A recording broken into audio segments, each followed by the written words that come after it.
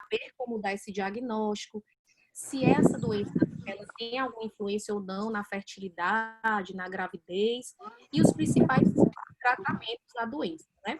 Para falar um pouquinho de adenomiose, contextualizar vocês o porquê que a gente tem que estudar a adenomiose, tem que relembrar dela, porque não é uma doença que é de agora, né? Assim, é uma doença que surgiu, assim, a primeira pessoa que falou dela foi que descreveu, né, o útero da mulher com adenomiose, mas não sabia por que que surgia aqueles cistos, entre aspas, dentro do miométrio. Depois veio o Kuhn, em 1920, descrevendo melhor a adenomiose do ponto de vista patológico, mas foi Hunter, em 1947, esse artigo que eu consegui até resgatar, que descreveu melhor a doença. Então, é uma doença que já é conhecida de muito tempo, mas que tem grandes desafios atualmente na sua relação do tratamento, mas principalmente do diagnóstico e da fertilidade. E para vocês terem uma ideia de como é difícil a gente, o porquê que a gente está vendo mais a adenomiose agora, se eu for no PubMed, a gente tem aqui agora, né, pesquisei isso hoje para poder colocar, são pouquíssimos alguns artigos científicos no PubMed, né? Se a gente for comparar com outras doenças, como, por exemplo, a endometriose ou o mioma. Vou só tirar essa aba aqui para poder Tatiane, só um compartilhar. instantinho. Tatiane, só um segundo, porque o som tá um pouco ruim. Deixa eu ver aqui como é que eu faço para desativar. Eu acho que é dos outros participantes, se bem que eu tô vendo aqui, acho que tá todo mundo desativado. Deixa eu dar uma Tem um olhada outro de novo. que tá ligado, né? Deixa eu ver se não tem nenhum aqui ligado. Jó. Porque tá saindo o som um pouco ruim.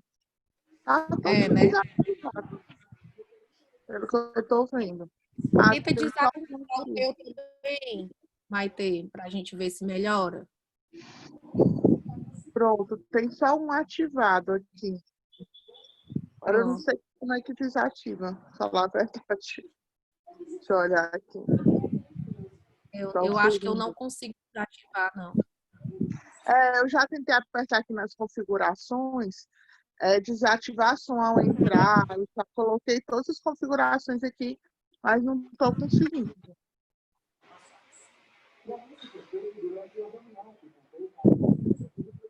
Acho que Mas vai dar certo. vamos tentando, né? Se ficar difícil, a gente vai falando com as pessoas. E aí, assim, então, por isso que a gente vê o que a adenomiose nos traz hoje em dia, e a gente vê que são pouquíssimos os artigos científicos, né? A gente tem aí um total de 2.771 artigos hoje, fazendo essa pesquisa hoje da adenomiose, e quando a gente vai ver, na verdade verdadeira, nos últimos 5 anos, a gente tem 928 artigos. Então, por que que surgiu esse interesse tão grande em relação a começar a estudar mais a adenomiose? Porque ela é realmente um grande desafio quando a gente enfrenta aí as pacientes com adenomiose. E isso é bem claro e evidente quando a gente vem com pacientes que chegam com esses sangramentos uterinos anormais, com quadros de infertilidade, que teoricamente são infertilidades de causa não aparente. E aí o porquê que isso acontece? Então, na verdade, a adenomiose ela é definida como a presença do tecido endometrial, tanto o estroma quanto a glândula, dentro do miométrio, né? E muitas vezes é difícil até no histopatológico a gente conseguir visualizar isso quando ela é leve. Então acaba que a gente não sabe muito bem a real prevalência da doença, porque muitas vezes no passado essa doença era diagnosticada apenas com histopatológico. Com o avanço da tecnologia, o avanço dos exames de imagem, a gente consegue hoje em dia dar esse diagnóstico um pouco mais precoce, mas ainda assim é difícil confirmar, né? Então, as lesões de adenomiose no miométrio, quando você não procura e não entende como é que atinge, às vezes passa desapercebido. Então, quais são essas lesões principais, né? Geralmente são pequenos cistos glandulares e eles podem ser observados sim também em pacientes mais jovens. Já o que acontece é que esses cistos e essas glândulas e estroma, elas acabam provocando um processo inflamatório ao redor e isso geralmente causa uma hiperplasia grosseira ali nas áreas do miométrio, podendo provocar também uma fibrose residual, alterações de fibrose extensa, que pode substituir depois o estroma, e isso está presente em alguns casos, né, a maioria em 10 a 15% desses casos, e isso tudo acontece por alterações de alguns fatores, quer seja alteração do CD10, quer seja de alguns fatores de crescimento, fatores de angiogênese, relacionados à hipóxia, e que causam essa hiperplasia e essa hipertrofia do músculo, né, do músculo liso, ao redor desses focos de adenomiose. Então, os focos de adenomiose são os estromas e as glândulas, mas ao redor dele tem essa hipertrofia e essa hiperplasia muscular associada também a um aumento da densidade dos microvasos. E sabendo disso, a gente vai conseguir compreender melhor os sintomas da doença, tá? E para evitar que tivesse falsos negativos ou falsos positivos da adenomiose, o que aconteceu foi que cada autor começou a dar o seu número de corte para dizer do quanto é a penetração desse endométrio no miométrio ou a distância dessa interface endometrial e miometrial. Hoje em dia, o valor de corte que se utiliza é de 2,5 milímetros, mas esse valor de corte ele foi arbitrário, ele não tem um estudo bem desenhado que tenha dito por que foi de 2,5. Então, foi muito mais observacional e por opinião de especialista do que por um artigo ou de uma pesquisa melhor em relação a isso. E isso pode levar, sim, ao subdiagnóstico, inclusive em pacientes sintomáticas. Então, por isso a importância da gente pensar nela, tá? E aí eu penso, tá, então eu tenho um passado que me dizia que a adenomiose era uma doença de mulheres mais velhas, que a gente só ia dar o diagnóstico no histopatológico, muito negligenciada por muito tempo. O presente que vem a FIGO, né, a nossa federação, e coloca a adenomiose como um fator muito importante para sangramento uterino anormal, fazendo parte do Palm-Cohen. E o futuro, né? O futuro é novas drogas, o que a gente pode fazer para melhorar o diagnóstico? Será que o diagnóstico precoce é legal? Por que a gente deve dar esse diagnóstico precoce? Quais são as ferramentas que a gente tem hoje em dia? E aí, lembrando disso, né, lembrando desse passado, muitas pacientes tinham sangramento uterino anormal e uma infertilidade de causa não aparente, né? E aí a gente fica pensando, será que não era uma adenomiose não diagnosticada e que muitas vezes foi dita como disfuncional, que era um termo antigo que se dava, e isso causa um atraso do diagnóstico, causa muitas vezes um diagnóstico não realizado, frustrações e muitas vezes uma grande perda, entre aspas, de tempo em relação também aos processos de tratamento, tá? E aí fica a dúvida, né? Então, se eu sei que a adenomiose agora é mais estudada, mas que no passado ela era dita muito como uma doença assim de pessoas mais velhas, por que a gente está pensando agora em infertilidade, já que é para pacientes mais velhas, já que é para pacientes que tinham lesões ou que tinham tido vários partos, né? Porque esse era o conceito antigo. Mas não, hoje em dia a gente pensa nela em paciente jovem também. Mas isso, até um dia desse, não era muito bem definido, né? Então, os estudos foram avançando e a gente foi mudando um pouco o aspecto. Eu digo que não é bem definido porque quando a gente vê a literatura recente, né? Assim, ó, 2013, pacientes com 2014, ainda trazendo como uma doença da paciente da quarta e quinta década, né? Paciente que tenha multiparidade como um fator de risco, ou cirurgias prévias como um fator de risco.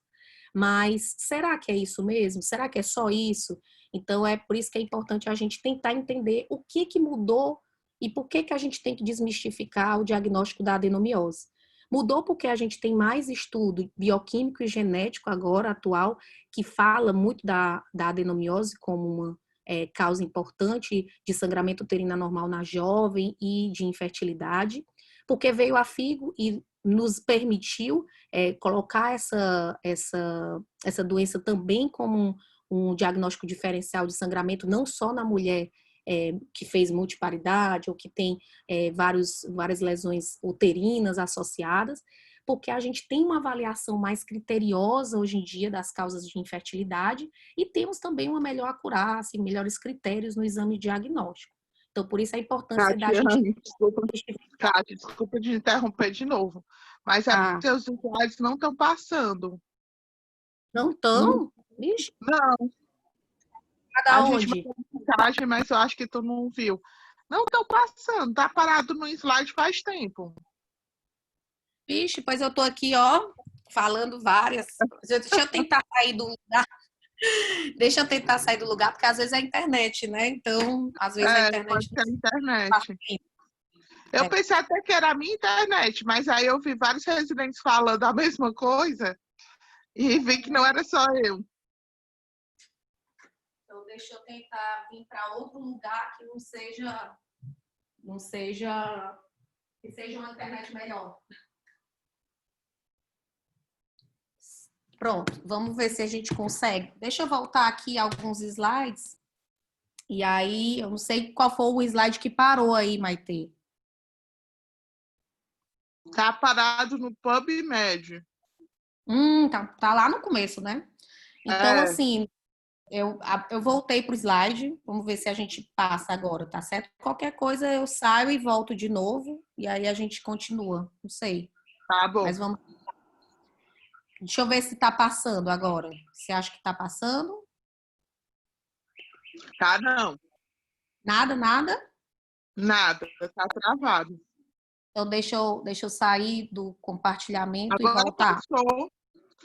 Depois que tu tava saindo, passou e depois... Não, eu vou compartilhar de novo, pode ser? Pode. Pronto. Pronto, agora tá no slide diferente. Tá, né? Pronto, eu vou passar aqui, vou dar uma recapitulada. Não, tá passando. Pronto, agora tá, né? Então era minha internet. Desculpa, pessoal, porque eu fico falando, parece que tá dando certo, né? Mas eu não tava vendo. Que era só a minha, mas aí quando todo mundo começou a reclamar, eu vi que era todo mundo. Internet é algo difícil. Então, só para recapitular a história do histopatológico, né, da adenomiose e a relação, né, da presença do estroma, da glândula endometrial dentro do miométrio. Aqui eu já falei um pouco, né, mas vocês não viram o slide, então é importante a gente ver que as glândulas e estromas eles estão em volta de uma hiperplasia e uma hipertrofia do músculo liso, que muitas vezes tem um aumento da densidade do microvaso e que isso gera uma fibrose, em alguns casos, alteração de alguns fatores, tanto de angiogênese, de neuroangiogênese, como fatores de hipóxia, que fazem como se fosse uma cascata que repiteliza, faz de novo uma hiperplasia e isso vai virando como se fosse uma bola de neve, aumentando ali aquelas lesões, tá? Então é importante a gente lembrar que esses pontos de corte dessa interface endométrio e miométrio, eles são arbitrários, não tem um estudo bem desenhado para dizer por que é 2,5 milímetros, que é o que é mais aceito hoje em dia, e isso pode levar, sim, ao subdiagnóstico de algumas pacientes, inclusive sintomáticas, né? Falei do passado, dessa história de que a adenomiose é uma doença de mulheres mais velhas, mulheres que tiveram muitos partos ou algumas cirurgias prévias uterinas, e que o presente traz muito para a gente que não é só isso, né? Que não é só da mulher mais velha. Inclusive, a gente tem que pensar na mulher mais jovem com adenomiose, e a FIGO nos ajuda colocando no Palm Coin. Amiga, está no mesmo slide. Não saiu? É esse mesmo. Está no mesmo slide do ponto de interrogação. Menina, então não sei. Que eu tô aqui, teoricamente, com a internet boa. Quando tu minimiza, aí aparece. Mas quando tu coloca a tela completa, aí não aparece mais. Então, eu vou apresentar assim, talvez, que aí fica mais fácil. Deixa assim. Melhor. Aí qualquer coisa a gente amplia mesmo aqui no digital, vai ampliando. Tá. Mas pode deixar assim.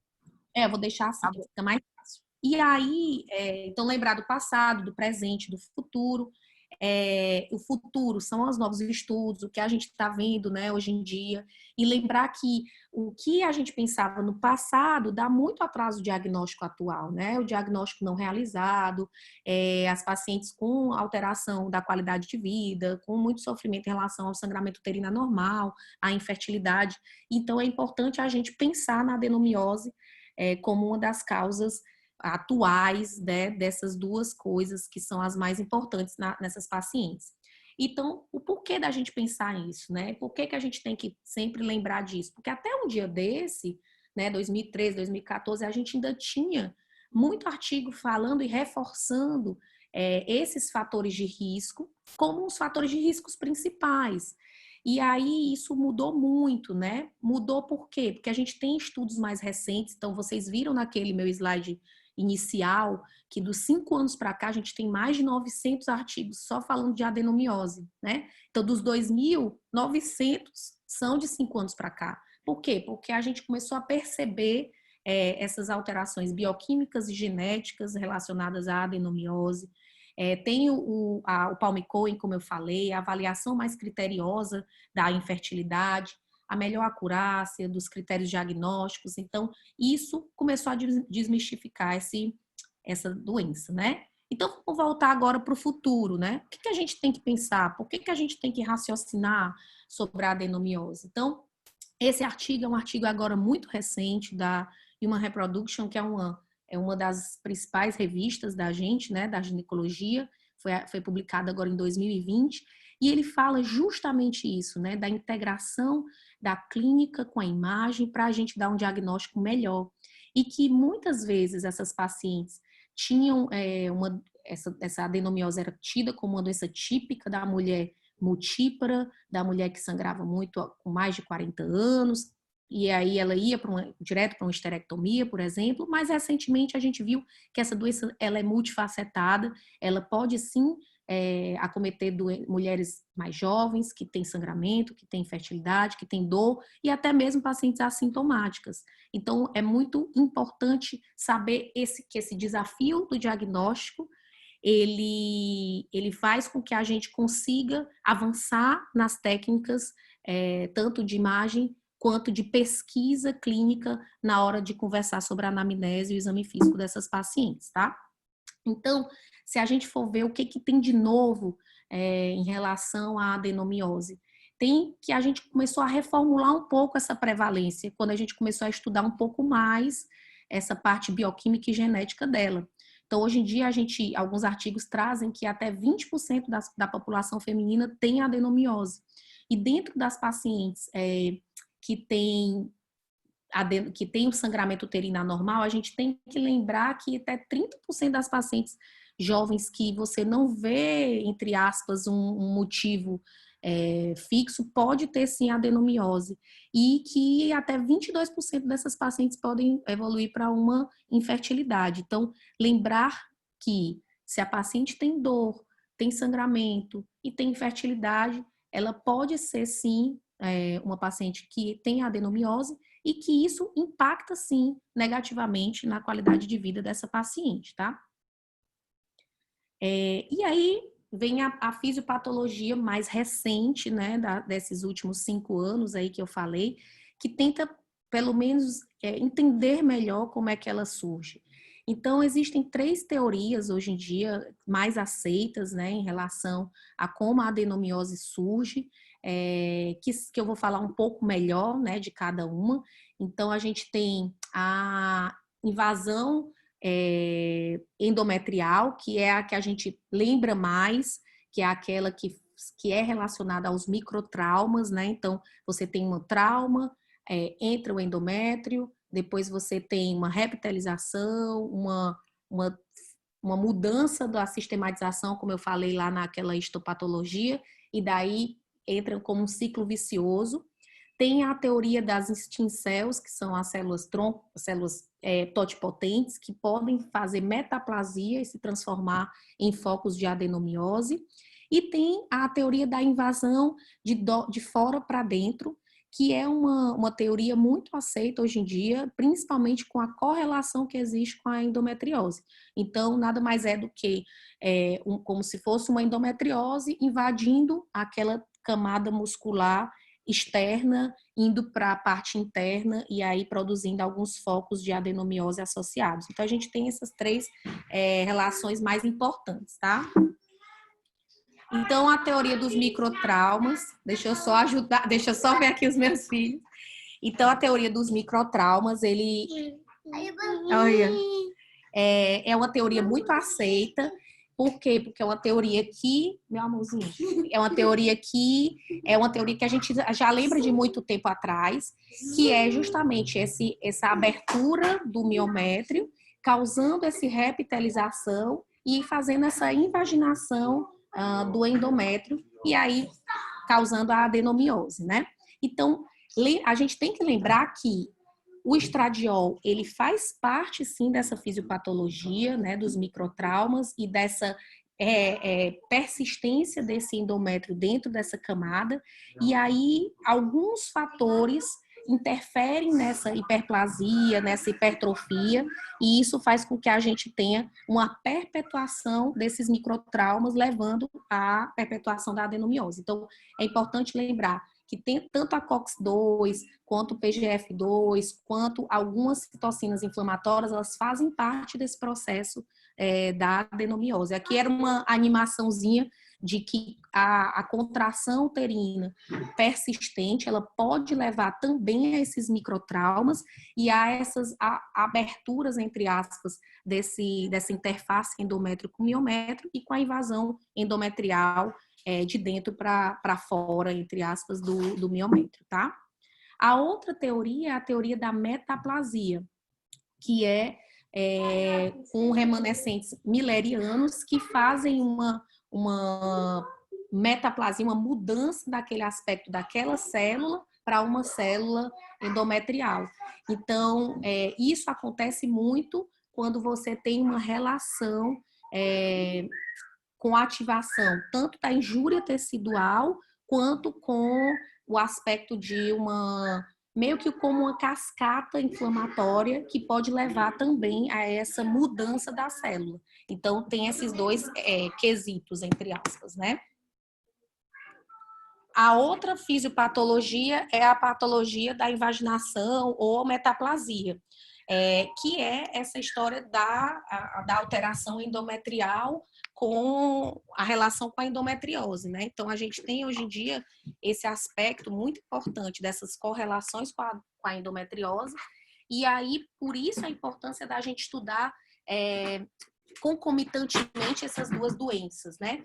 Então, acontece uma menstruação retrógrada, essa menstruação retrógrada, o endométrio cai ali na cavidade, e esse endométrio, em alguns pacientes, não é alterado, entre aspas, você não tem uma limpeza, né, como eu costumo falar para as pacientes, pelo próprio sistema imunológico, por alterações de CD4, de CD10, e aí o que acontece é que esse endométrio ele começa a invadir essas camadas musculares, quer seja do tecido intestinal, quer seja do tecido ovariano, quer seja do tecido da bexiga, mas também do tecido miometrial. Então, uma das teorias bem aceita hoje em dia é essa teoria da invaginação.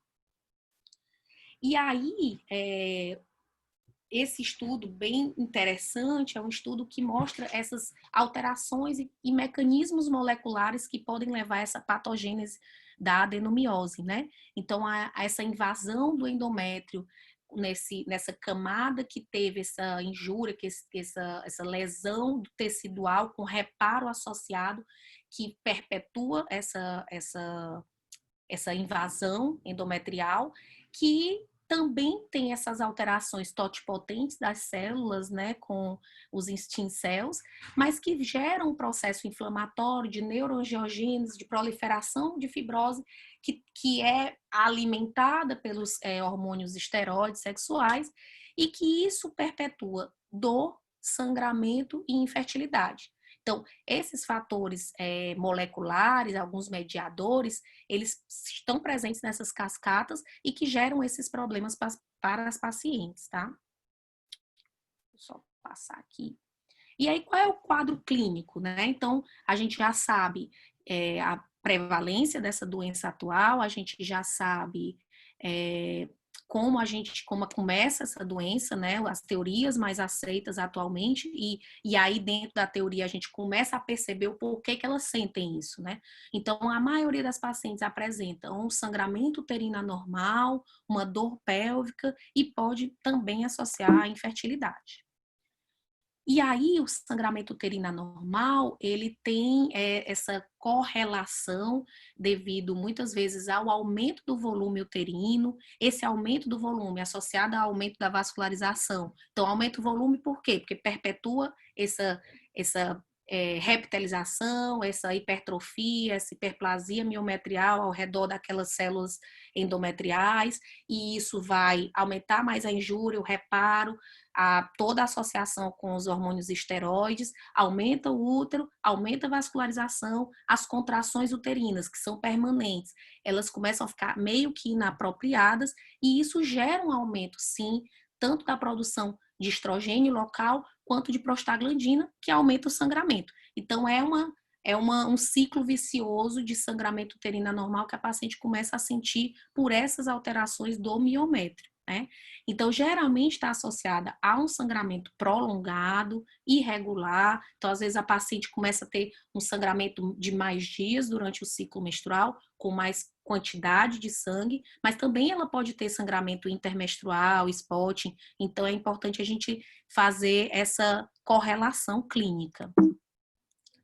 A outra coisa que a gente tem que lembrar é a dor pélvica, que é muito similar ao mecanismo da endometriose. A gente viu ali os mediadores, eles são muito parecidos com o da endo.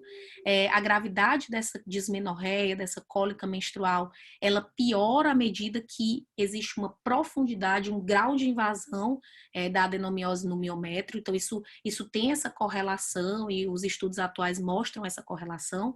De 15% a 57% dos casos, os miomas uterinos e a adenomiose, eles coexistem, mas quando a gente vai ver paciente que tem dor, é muito mais relacionada quando tem essa correlação do que só quando tem mioma. Então, lembrar de pacientes com mioma, que tem cólicas muito intensas, a gente tem que fazer o diagnóstico diferencial de uma concomitância com a adenomiose. E existe uma associação muito importante com a endometriose profunda, e o Chapron, em 2017, ele traz um artigo bem interessante em relação ao diagnóstico pela ressonância, né, dessa concomitância entre endometriose e adenomiose, com os diversos tipos de adenomiose. E aí ele faz essa relação da endometriose profunda com a adenomiose focal da camada posterior do miométrio, lembrando daquela invaginação externa e interna que a gente falou ali na fisiopatologia.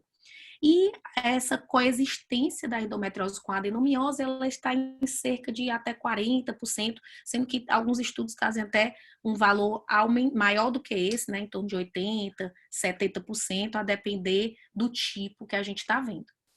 E a infertilidade, ela também é bem afetada, e aí sim a gente tem muita preocupação, porque em muitos casos as pacientes, elas têm um diagnóstico concomitante, às vezes, de endometriose, e a gente faz a cirurgia de endometriose ou faz algum tratamento específico, e ela não melhora da fertilidade. Então, é aí que a gente entra também com infertileudas junto para poder diminuir esses fatores, que são fatores que a lesão adenomiótica aumentam, né, que são fatores como a catalase, como o FG, os mediadores de inflamação, os mediadores de neuroangiogênese, IL-10, IL-6, que são interleucinas muito propensas na inflamação, e que também afetam o endométrio eutópico. E essas alterações, né, de citocinas e de mediadores, eles diminuem os processos de implantação. Então, por isso a importância da gente lembrar dela. Mas não só isso, né? Então, às vezes esse transporte uterino anormal, porque tem uma distorção da cavidade, ou uma distorção anatômica do próprio útero, porque tem, às vezes, uma camada maior, né? Então, a gente vê muito isso quando eu for falar do diagnóstico ultrassonográfico dessas alterações do tamanho da camada, e isso pode levar a uma diminuição do peristaltismo uterino e uma alteração desse transporte de espermatozoide. Além disso, o miométrio ele, interno, ali, junto com a zona juncional, eles podem também ter um aumento da peristalse, né, e tornar isso disfuncional, aumentando essa pressão intrauterina e dificultando esses transportes e anidação. E algumas alterações mesmo ultraestruturais que causam esses distúrbios de contratilidade. Então, toda essa parte de cascata inflamatória, de neuroangiogênese, mas associada a essas distorções de contratura, né, de contração muscular mesmo, propiciam essas alterações de fertilidade nas pacientes. E isso gera um impacto muito importante quando a gente vai ver o impacto da adenomiose na fertilidade feminina. Alguns artigos mostram que essas alterações, tanto de quanto de gravidez dá certo, né, e de gravidez clínica, né, das pacientes, a gente vê que tem uma correlação bem importante quando tem uma adenomiose associada, né? Então, nesse artigo, ele mostra isso, né? Ele traz as pacientes que têm adenomiose, as pacientes só controle, que não tem nem adenomiose, nem endometriose, e as pacientes que têm endometriose sozinha e as que têm concomitante. E a gente vê que teve um aumento significativo, uma diminuição significativa quando a gente olha só para a adeno. Então, a adeno faz parte do quadro clínico da paciente infértil e é importante a gente lembrar sempre disso, tá? E isso é muito também por essas alterações da via tanto do hormônio esteroide sexual, mas o aumento dos marcadores, o estresse oxidativo. Lembra quando eu falei da patogênese, que você tem uma injúria tecidual e isso causa um estresse oxidativo e às vezes causa metaplasia e aí gera um processo ali de perpetuação da doença, né? Além disso, ela tem uma expressão reduzida de alguns marcadores de implantação. Então, quando a gente vai estudar a fundo ali quais são aqueles marcadores, a gente tem essas alterações associadas à adeno. E além disso, também tem algumas diminuições da expressão de moléculas de adesão e com isso diminui a implantação, né? E aí a importância da gente lembrar da adeno.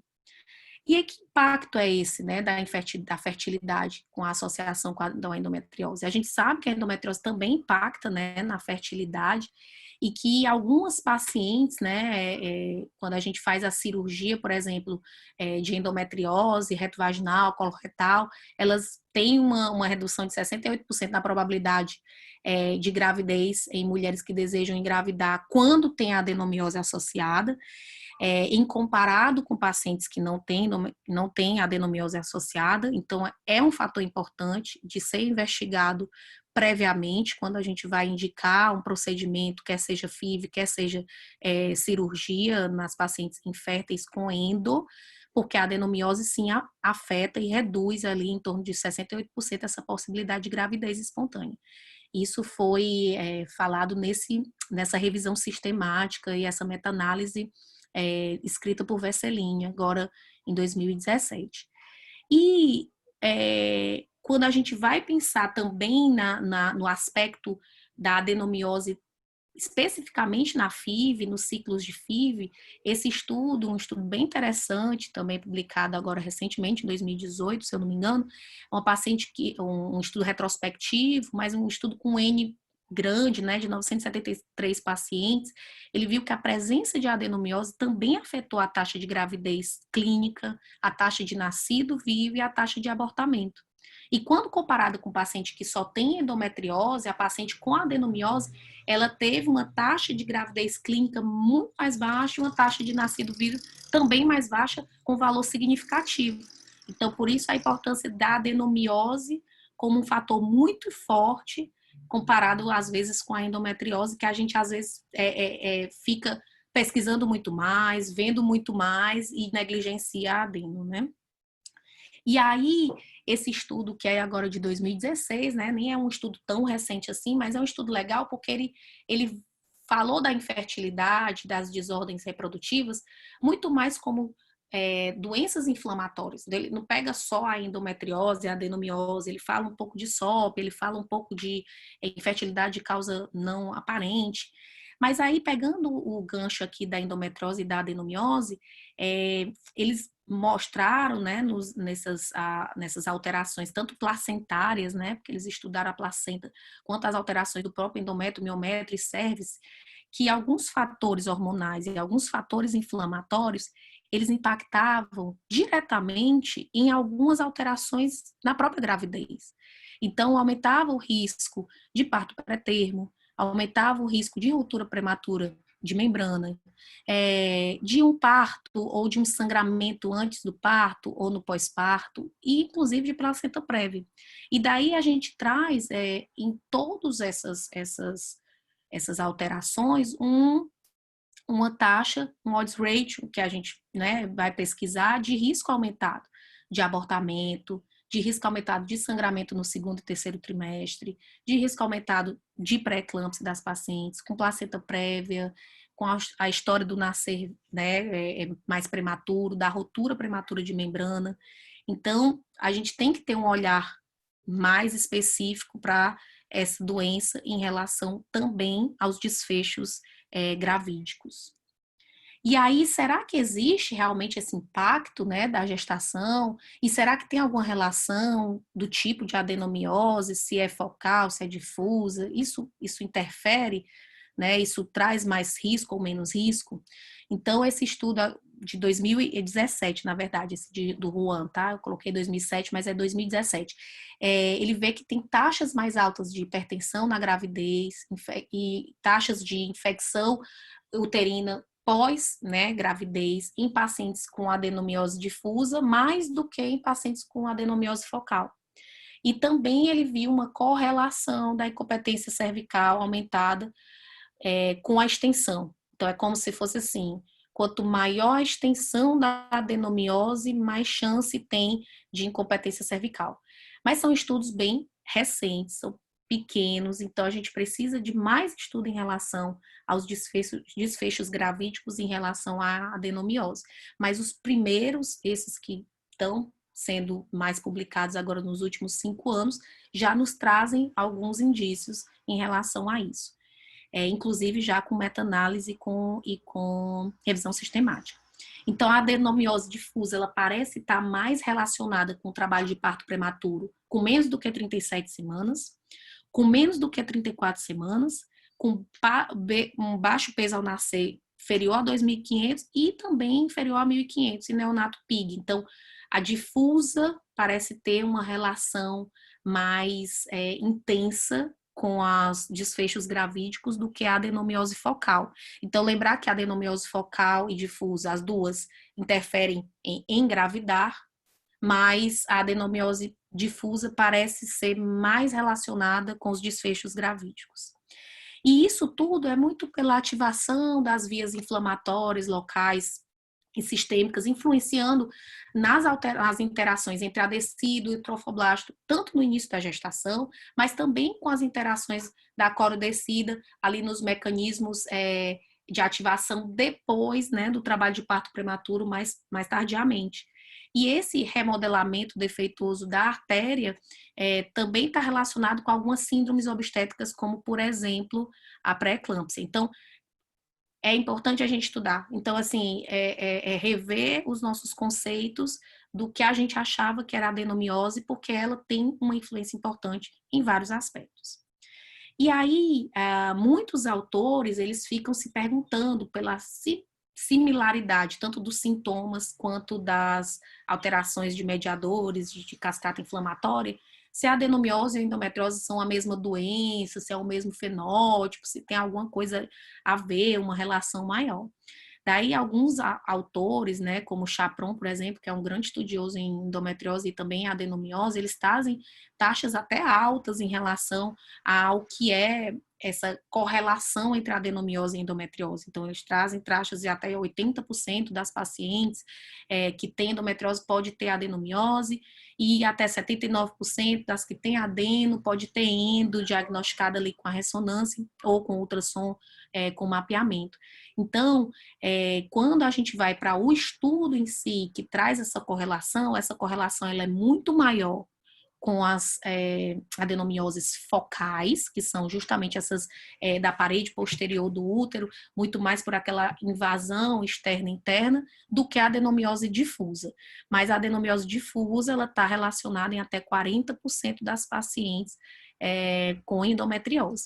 Então, se a gente está diante de um quadro de adenomiose, é importante a gente pesquisar a endometriose. E se a gente está diante de um quadro de endo, é importante a gente pesquisar adeno, principalmente se ela tem sintomatologia de sangramento. E daí vem as classificações, né? Então, a gente sabe toda a fisiopatologia, já sabe a sintomatologia, como é que eu classifico? E aí a gente vai para essas classificações, os sistemas de classificação, para tentar ajudar o médico, o ginecologista e o radiologista, enfim, quem vai pesquisar a adenomiose. E a gente tem uma celeuma, assim, são várias classificações, nenhuma é tão legal, nenhuma é tão boa, nenhuma é tão fácil. E aí, alguns estudos trazem, assim, o que seria legal da gente pesquisar na adeno, né? Quais são os aspectos que é importante para entrar numa classificação, num sistema de classificação? Então, talvez fosse importante a gente saber a área afetada, porque se a gente sabe a área afetada, a gente sabe se ela é focal, se ela é difusa, se a gente vai ter mais intercorrência gravídica, ou mais da infertilidade, ou dos dois, ou a localização, né? Se é parede posterior, e se for parede posterior, talvez tenha uma relação com a endometriose. Se é difusa, se é focal, por esses aspectos que eu acabei de falar. Os tipos, né? Os tipos muscular, o cístico, porque os tipos musculares, eles aumentam mais o útero e com isso pode aumentar mais o sangramento, como eu falei lá na hora que a gente estava falando de sangramento. O volume, né, tecidual, porque ele tem correlação com alguns aspectos, inclusive, né, gravídicos. Então, é importante a gente tentar achar uma classificação que veja todos esses aspectos, porque eles são aspectos que vão trazer para a gente uma classificação mais palpável, né? Uma classificação que a gente consiga usar na nossa prática clínica, e isso a gente ainda não tem. Então, todos esses questionamentos são: cadê? Onde está? O que eu faço? Então, eu tenho todas essas informações, o que eu vou fazer com essa paciente? Será que agora eu vou achar que todo sangramento é adenomiose? A Katinha está me trazendo aí umas coisas estranhas, então, será que é isso mesmo? Então, o mais importante é a gente sempre trabalhar em equipe, né? E a equipe multidisciplinar, ela é muito importante. Então, qual é a equipe que a gente vai ter aqui? O que a gente vai... o que é importante a gente ver? É o tratamento do o ginecologista, que é quem trata essa paciente, né? O sangramento anormal, e o radiologista. Então, eles têm que conversar, a gente tem que bater um papo com o radiologista e dizer: cara, essa paciente tem sangramento, é um sangramento importante, ela tem alguns aspectos de muita cólica menstrual, será que não é uma adenomiose? Dá uma olhada, vê se você consegue ver uns aspectos mais interessantes ali em relação à sistematização, hoje em dia, que a gente tem de critérios diagnósticos ultrassonográficos, de ressonância, etc. Então, conversar com o radiologista é essencial, porque o diagnóstico da adenomiose é muito mais uma integração da clínica com a radiologia. Então, quando a gente consegue aliar essas duas coisas, a gente tem um sucesso, entre aspas, de diagnóstico melhor, mais precoce, e aí tratando mais adequadamente essas pacientes, tá? Então, esse artigo, ele foi muito legal, e eu trouxe ele no início, e estou trazendo ele aqui agora, porque ele viu que quando a gente tem os critérios, né, principalmente os critérios de Musa, que são os critérios que foram publicados agora recentemente, né, e aí esses critérios, eles trouxeram uma facilidade do radiologista perceber alguns aspectos que antes eles se colocavam muito naquela zona juncional de 2,5 que a gente falou lá no comecinho, E agora ele abre um pouco o horizonte, assim, nossa, não é só isso, não é só a zona juncional, né? São outros fatores, fatores diretos, fatores indiretos. Mas, mesmo assim, a especificidade e a sensibilidade não são tão legais, né? Se a gente for olhar a sensibilidade e especificidade aí de 70, 50, 57, 72, então ainda tem uma dificuldade, né, no diagnóstico, ainda passa alguma coisa desapercebida. E aí, quando a gente vê que critérios são esses, né, de sinais diretos e sinais indiretos, a gente lembra desse grupo, né, que foi esses critérios MUSA, que, entre aspas, começou a revolucionar um pouco mais o diagnóstico da adenomiose, e esse grupo já revisitou esses critérios, né? Vou falar um pouquinho, que ele mudou um pouquinho, mas basicamente é a mesma coisa. São essas linhas, essas bandas, esse aumento da ecogenicidade, os padrões císticos, né? Essas vascularizações, né? Translesionais, justamente pelo aumento da vascularização que a gente falou lá na fisiopatologia.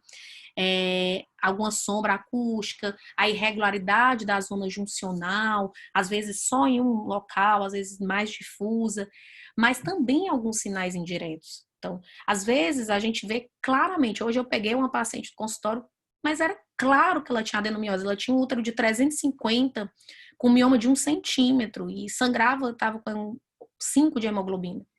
E nunca ninguém deu o diagnóstico de adeno. Então, esses sinais indiretos do aumento, da assimetria, das camadas, ele também tem que fazer parte dos critérios diagnósticos e por isso o MUSA trouxe isso. Então, não é só a zona juncional. Então, são todos esses fatores que a gente também, com o nosso olhar, começa a perceber ali nos exames de imagem.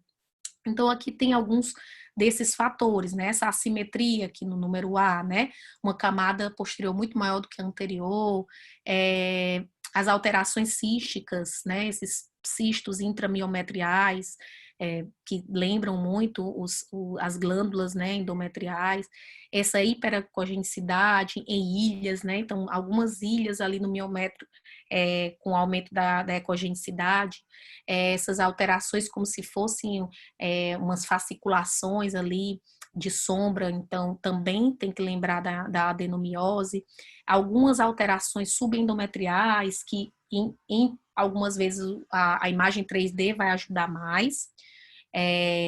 E aí eles revisitaram e tentaram modificar um pouco essa sistematização, colocando também a história da localização, se tem um padrão cístico, se tem um padrão mais fibrótico, se é mais extensa, se não é, tentando colocar também se é focal, se é difusa, localização, tamanho. Então, isso veio nos ajudar porque a gente consegue associar com a clínica.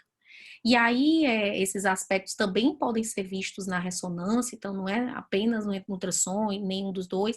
E quando a gente vai para a literatura atual, a ressonância e o ultrassom, eles têm uma, uma, uma acurácia muito semelhante, assim, uma acessibilidade e especificidade, na verdade, bem semelhante. E aí vai muito mais da experiência do radiologista e do treinamento em relação a esses critérios do que do exame em si, tá? Aqui é um exame que foi feito na maternidade, no HU, né? É uma paciente da gente lá da endometriose, que tinha um sangramento uterino anormal, e aí a gente vê, né, umas ilhotas, né, de císticas, com uma alteração do tamanho, né, da camada muscular, aí também, né, esses aspectos de ilhotas, né, de cistos, de irregularidade. Então, a ressonância também é um fator importante para a gente dar o diagnóstico, mas não é só ela, e por isso é a sensibilização do nosso radiologista, da gente conversar, da gente ter esse aspecto que vai melhorar o diagnóstico. Além disso, a esteroscopia também pode ser uma das opções. Então, a gente falou dos dois principais, né, que é a ultrassom e a ressonância, mas a esteroscopia também ajuda em alguns aspectos. A gente pode ter essas lesões císticas, como essa daqui, desse lado direito, que você vê os pontos enegrecidos, bem claros, mas também a gente pode ter alterações de hipervascularização, alguns defeitos endometriais, algumas alterações como cistos hemorrágicos na parte submucosa, simulando ali um mioma submucoso, e tudo isso pode ser sugestivo de adenomiose.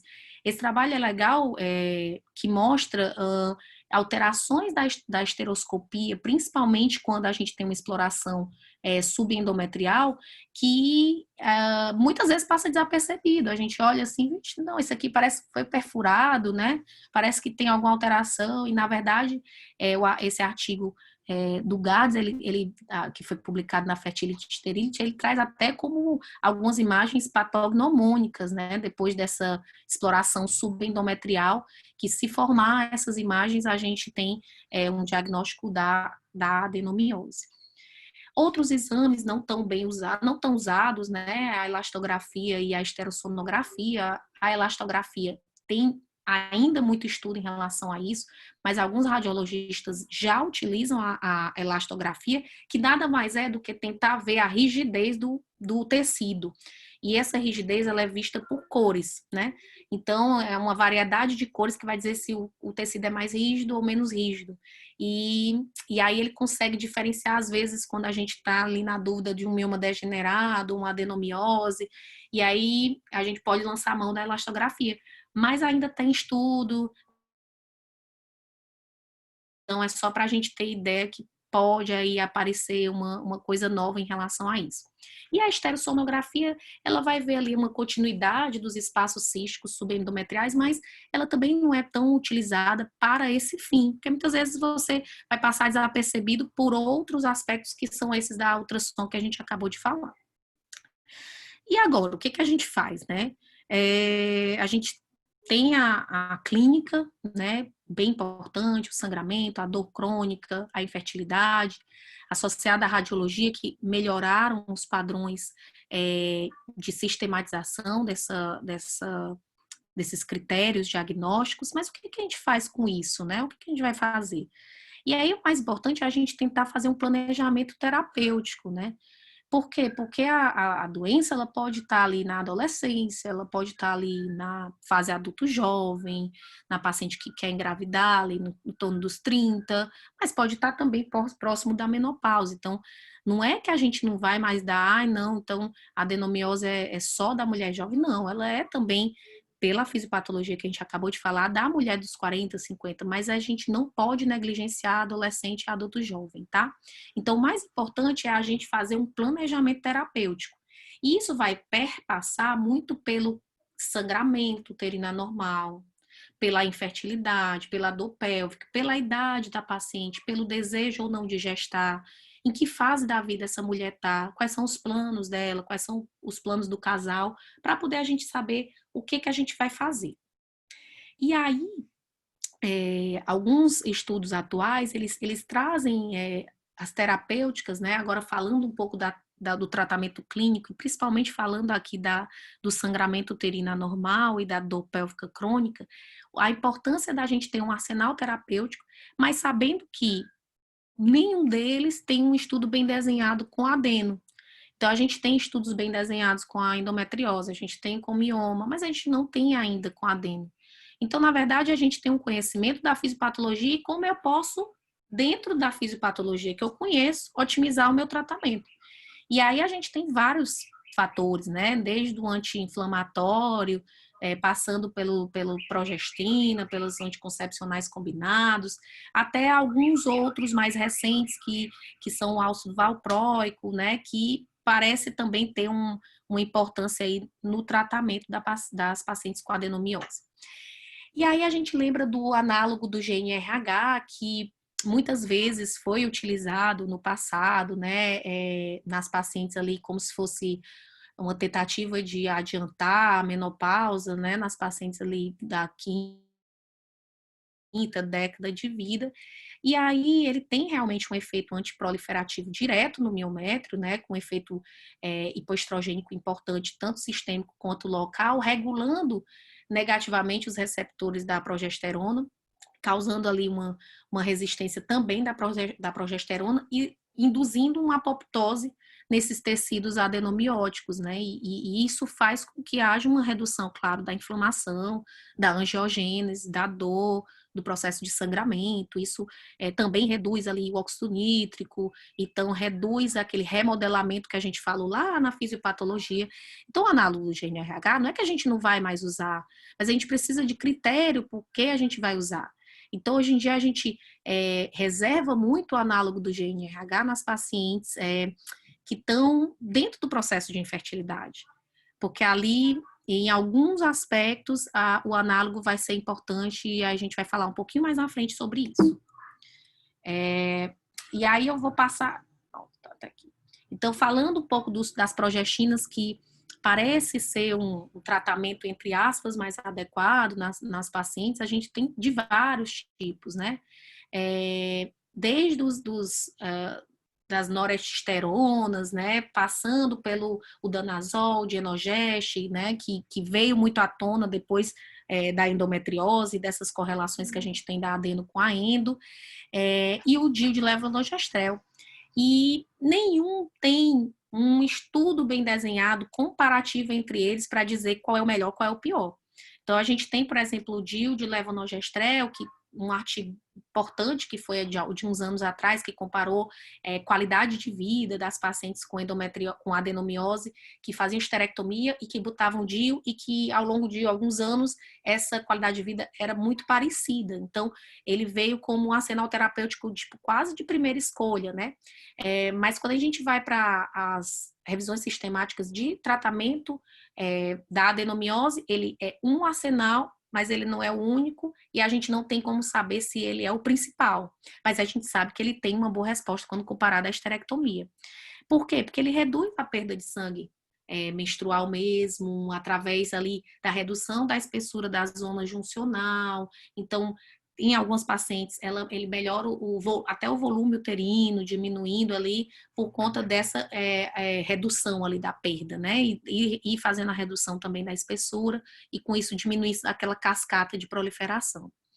O dienogeste, ele também tem uma ação antiproliferativa no endométrio, também tem alguns estudos que relatam essa diminuição da escala de dor, de dismenorreia, de dor pélvica crônica, de diminuição da necessidade de analgésico, então ele também faz parte do nosso arsenal terapêutico. Assim como os derivados da nortestosterona, que acabam fazendo uma noraditerona, na verdade, acabam fazendo uma inibição ali do fator de crescimento endotelial, e aí faz parte também do arsenal, porque induz ali, junto, né, do estradiol, de alguns fatores de células estromais, vão lá e fazem ação na célula endometrial e, consequentemente, vai diminuir as lesões endometriais no miométrio, com isso vai diminuir as funcionalidades, ou, na verdade, a clínica da adenomiose. E o danazol, que também tem fortes propriedades antigonadotrópicas, de proliferação celular, tentando inibir essa síntese do DNA e induzindo a apoptose. Mas ele tem muito efeito colateral, acaba que a gente não usa muito de rotina, né, nas pacientes, mas em alguns trabalhos, em alguns grupos, essa administração vaginal parece reduzir um pouco mais esses efeitos colaterais e reduzir sangramento e dor. Então, ele é também uma opção, mas não é uma opção de primeira escolha. Então, é importante saber que nenhum desses tem um estudo bem desenhado para dizer que ele é o principal, ou que ele, comparado um ao outro, é melhor. E todos eles a gente meio que usa off-label, porque a gente não estuda muito a adenomiose. E daí eu pensei, lembrando do DIU, né, eu até falei um pouquinho sobre essa comparação desse estudo que foi um boom, né, bem importante na época, a gente falou muito sobre ele, sobre esse estudo de 2011, falando dessa comparação do DIU. E aí a gente vem com esse estudo randomizado, que foi em 2015, que comparou o DIU com as doses mais baixas de levonorgestrel, né, de anticoncepcional oral combinado, nas pacientes com adenomiose. Então, esse é um dos únicos artigos que eu vi em relação a tentar comparar dois sistemas diferentes, né, o de uma progestina com um anticoncepcional oral combinado. E aí, quando a gente vai fazer essa comparação, tanto no nível de dor, quanto no nível de dias de sangramento, quanto no nível de vasos, absorventes utilizados, enfim. Tudo foi meio semelhante, né? Então, os dois grupos foram muito parecidos, o que corrobora para a gente que qualquer coisa que a gente faça para diminuir sangramento e que interfira ali na função endometrial, vai ser legal, vai dar certo, ou vai tentar dar certo, né? Então, a gente não tem aí uma fórmula mágica, tá certo? O anticoncepcional, então, né, eu já adiantei aí que ele tem uma ação semelhante, pelo menos nesse estudo, em relação ao DIU, porque ele causa atrofia endometrial, ele reduz a dor, reduz o sangramento. A amenorreia para essa paciente, ela melhora a qualidade de vida, porque ela vai melhorar o sangramento, vai melhorar a dor, e com isso ela vai ter uma qualidade de vida melhor. E geralmente, quando a gente usa o anticoncepcional, ele suprime essa expressão da aromatase no endométrio eutópico e nos focos adenomióticos, e por isso melhora a inflamação, o processo inflamatório e a dor. Mas a gente não tem um ensaio clínico randomizado, bem conduzido, para a gente apoiar, né, a adenomiose usando o anticoncepcional oral combinado, mas a gente sabe que a gente pode ter uma boa resposta, né? Então, ainda é algo meio off-label também, tá?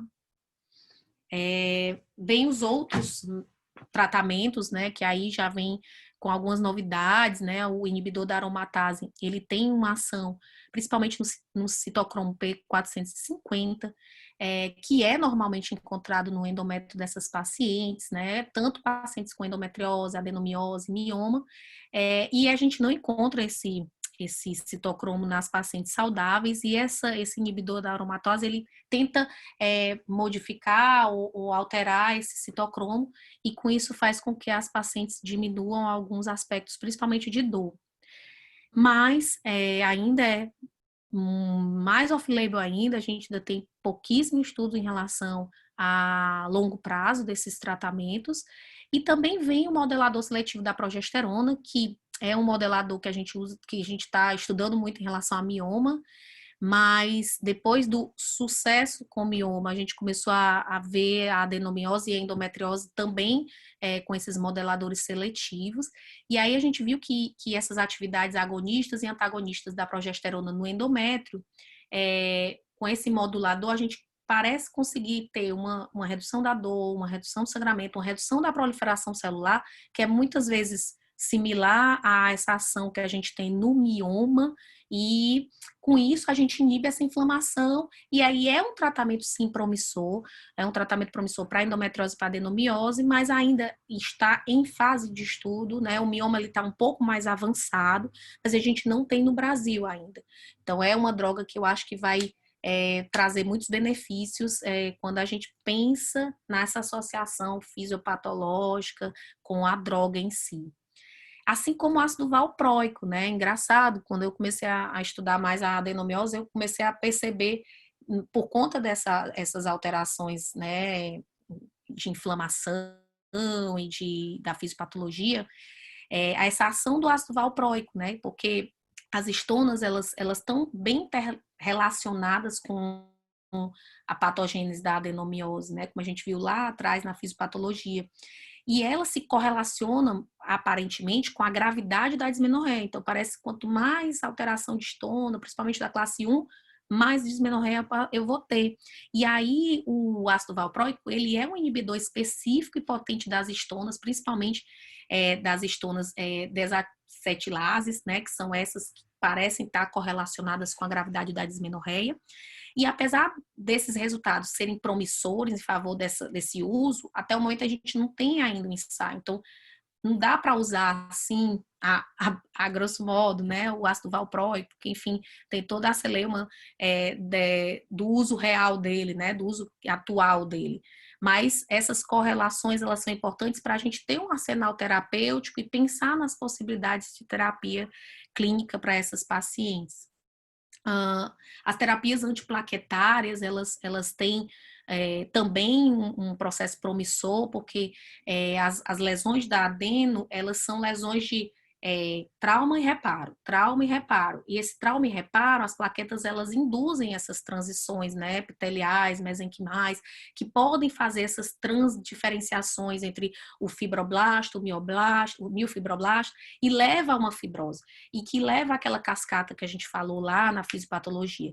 E parece que a terapia antiplaquetária, ela é eficaz, sim, na supressão dessa infiltração miometrial, melhorando, sim, a hiperalgesia, melhorando a dor, reduzindo a hiperatividade uterina, com aquelas contrações meio descoordenadas do miométrio, e às vezes até alterando alguns níveis de corticóide, cortisol ali naquele região, diminuindo assim essas expressões, né, de algumas proteínas, de fibrose, da adenomiose. Então, parece também ser um tratamento promissor que está em fase 3 de estudo. Então, é outra terapia aí que vai nos ajudar na adenomiose. Os antagonistas do GNRH, eles são diferentes do análogo, porque os antagonistas, eles ocupam o receptor e não deixam o GNRH entrar no receptor, é diferente do análogo, que ele imita, né, o receptor, e como eu consigo modular essa ação de recepção, eu não suprimo tanto o estradiol, então eu posso modular, eu posso usar ele de uma forma mais menos irreversível, né? Menos irreversível, na verdade, como o análogo. O análogo, ele lá e lá fica. O antagonista não, ele ocupa, para. E aí eu posso tentar evitar que a paciente tenha aquele hipoestrogenismo tão importante. Então, ele também faz parte do uso futuro aí do tratamento dos sintomas relacionados à adenomiose. Quando a gente fala de infertilidade, né, como é que é o tratamento dessa infertilidade? Então, muitos estudos desses de 5 anos para cá são nessa área da infertilidade.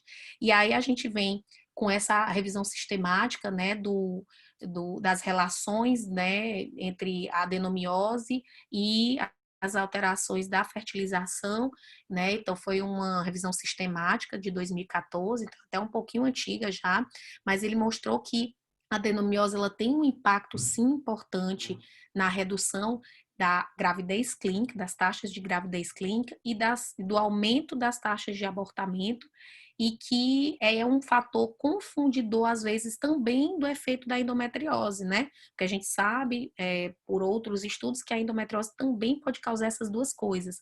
Então, às vezes, é um fator confundidor, mas que quando a gente vai comparar pacientes com endo, só com adeno, com endo e adeno, a gente tem muito mais relação da adeno e da endo-adeno do que só da endo, tá?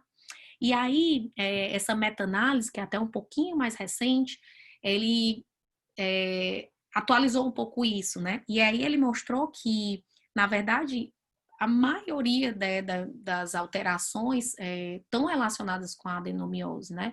Tanto das taxas de gravidez, das taxas de gravidez cumulativa, das taxas de bebê em casa, né? Que a gente fala, né? Da gravidez mesmo, de ter o sucesso, não só a gravidez clínica, e das taxas de abortamento. Então, todas elas são alterações significativas quando comparado o paciente controle com a adenomiose. E aí, a gente vem, né, com esse aspecto de pensar na infertilidade. Por quê? Porque o tratamento da infertilidade, voltando aqui um pouquinho, ele perpassa um pouco de como a gente vai conduzir dentro do processo de tratamento, né, de terapia. E aí essa meta-análise de 2017, que se eu não me engano foi a última, ela traz como um arsenal terapêutico importante o bloqueio da paciente, né, um bloqueio, um hipoestrogenismo maior, e aí o arsenal que a gente tem atual desse hipoestrogenismo maior é o análogo do GNRH, então ele vem como um dos principais, e aí a meta-análise ela fala em relação ao qual o tipo que eu vou fazer, né? Se é um de longa duração, se é um de ultra longa duração, se é um de ultra curta ou de curta, né? Então, é 1 mês, é 3 meses, é 6 meses. E aí ele vem com o aspecto do longa duração, que no caso para eles é 3 meses, ou seja, uma terapia de 3 meses com análogo para poder, assim, iniciar um processo de implantação, e isso trouxe resultados mais promissores. Outros tipos de tratamento, né, ali a gente ainda nos tratamentos conservadores, vem a embolização das artérias uterinas e o tratamento de ondas ultrassonográficas de alta intensidade, focadas, guiadas por ressonância, que é o HIFU. Esses dois a gente também usa muito, né? Usa muito não, mas enfim, a gente tem como arsenal terapêutico no mioma, na endo, e aqui a gente também traz na adenomiose como as intervenções que podem fazer parte do nosso arsenal, principalmente para as pacientes que não desejam gestar, porque a gente não tem um estudo bem desenhado protegendo isso, né, das pacientes, então a gente fica com aquele critério, se eu estou fazendo necrose, se eu estou diminuindo vascularização, então talvez eu vá diminuir as taxas de gravidez. Então, os estudos ainda dizem assim, por favor, só façam em pacientes que não desejam gestar ou pacientes que não querem um tratamento cirúrgico, mas é uma opção terapêutica que está em crescente, né? Aqui, principalmente aqui no Brasil, que a gente está utilizando um pouquinho mais. E aí, existe papel para a cirurgia conservadora, né? Será que a esterectomia é a única opção para essas pacientes? Então, a gente tem, quando a gente vai estudar endometriose e cirurgia e adenomiose e cirurgia, já que elas são umas primas ali, umas irmãzinhas, né, de doença, a gente vê que, olha a diferença, né? É uma diferença muito grande, né? A gente tem 11 mil resultados ali de artigos científicos em relação à endometriose, então a gente gosta muito mais, né, da endometriose, porque a adenomiose é muito mais difícil, e aí a gente negligenciou muito tempo ela, e aí quando você vê a curva de crescimento dos artigos, né, na endometriose, ela tem uma curva, a gente até compara um pouco, né, com o Covid, ela tem uma curva um pouco menos acentuada, e aí a adenomiose, ela tem uma curva muito mais acentuada nos últimos 5 anos, que foi onde a gente começou nossa, precisamos tratar essas pacientes jovens e o que a gente vai fazer com elas, porque eu não posso tirar o útero delas. E aí vem, né, assim, o que vai fazer com que a gente escolha qual é o tipo de tratamento? Se é um conservador, se é um tratamento mais radical, isso vai depender muito da falha do tratamento clínico, que eu acabei de discorrer aí, um arsenal que a gente pode lançar mão, né, tanta coisa que está ainda acontecendo e que vai vir para nos ajudar. A idade da paciente, né, é muito importante isso, porque a gente não pode tirar sonhos dela, enfim, simplesmente porque ela tem adenomiose, então eu vou tirar o útero dela, porque só isso vai resolver, então calma, a gente tem outras opções. E a fertilidade, né, que é o nosso grande calcanhar de Aquiles na adenomiose. Então aqui é até um vídeo cedido pelo professor Atílio, de uma das opções de técnica cirúrgica, né, principalmente de adenomiose, que são ali próximas à camada subendometrial, que é realmente essa perfuração barra exérese desse nódulo, meio como se fosse uma miomectomia, né? E aí a gente lembra lá do diagnóstico que eu falei, né, de que a gente pode ver para perceber ali, talvez ali seja um adenomioma associado não só à visão estereoscópica, mas à visão da radiografia, que vai, da radiologia, que vai nos ajudar muito. Essa abordagem, ela tem a vantagem de deixar intacto o miométrio externo, né, a gente está usando ali só a energia dentro do endométrio, mas ela é difícil quando é uma lesão difusa ou quando é uma coisa mais profunda que você não consegue acessar via estereoscópica. Então, aqui a gente usa muito mais nas adenomioses focais. E aí, outras opções terapêuticas, né? Então, essa revisão sistemática que foi publicada na JMIG agora, em 2017, ela traz algumas outras opções de cirurgias conservadoras que são muito mais fáceis quando eu tenho uma adenomiose focal, porque a gente consegue tirar aquela lesão, que por mais que seja difícil, porque a gente não tem um plano bem definido, né? Você lembra que tem fibrose, hiperplasia, ilhotas, né, endometriais ali no meio, então não fica uma pseudocápsula como um mioma, né? Então é muito mais difícil fazer essa cirurgia, mas a gente consegue extirpar esse local, né, fazer uma adenomiomectomia com ou sem redução desse miométrio, para poder tentar tirar esse processo inflamatório. Então, às vezes, a gente utiliza essas técnicas, muitas vezes, quando a gente tem falhas de tratamento clínico ou falhas de FIV, que a gente não tem muito mais o que fazer, então isso ajuda muito nesse aspecto. E essa revisão sistemática, ela traz esses benefícios, quando bem realizada, da adenomiomectomia, da ablação, da eletrocoagulação do adenomioma, do miométrio, até a excisão da adenomiose extensa.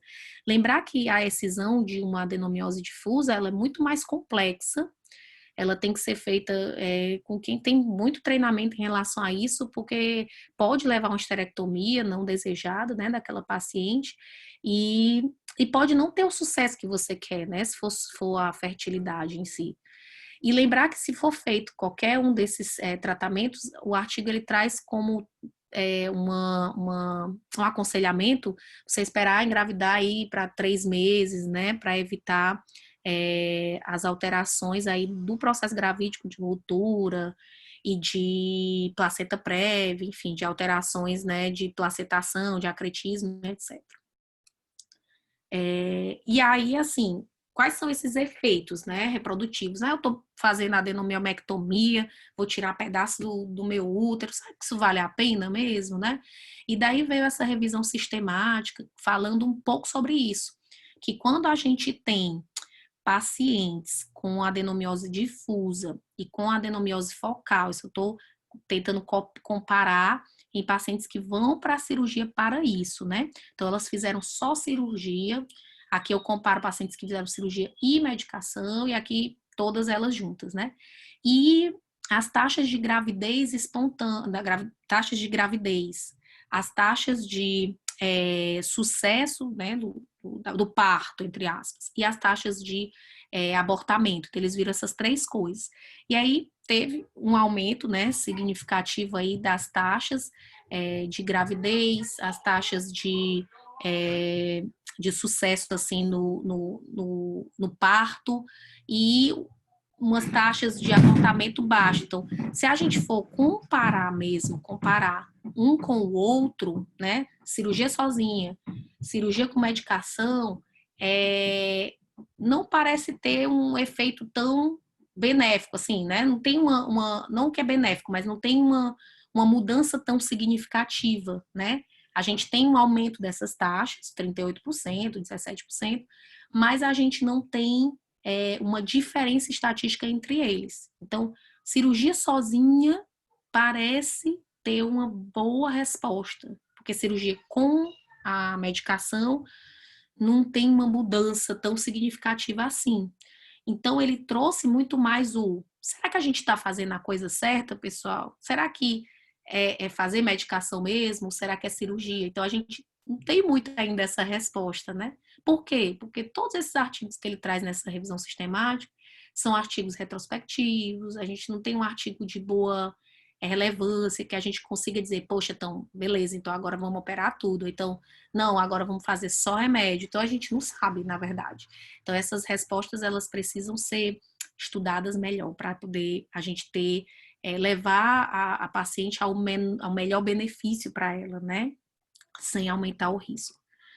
Aqui é só para a gente ver como a gente acha que a gente sabe a adenomiose. Então, aqui é uma paciente que, na verdade, na ressonância, a gente tinha alguns aspectos de adenomiose, então a gente não tinha o aumento do volume uterino, é uma paciente jovem, de 27 anos, sangramento uterino anormal, muita cólica menstrual, então ela tinha outros aspectos também, dispareunia, disquesia, e ali a gente vê, deixa eu ver se eu consigo passar, e ali a gente vê um útero aparentemente normal, assim, externamente, né? A gente não vê ali uma lesão específica, um aumento de uma camada, mas a gente tem na ressonância dela alguns ilhotas, né, de subepiteliais, algumas ilhotas ali císticas, algumas trabeculações, que fizeram com que a gente começasse o tratamento da adeno. Aqui era um paciente com infertilidade também,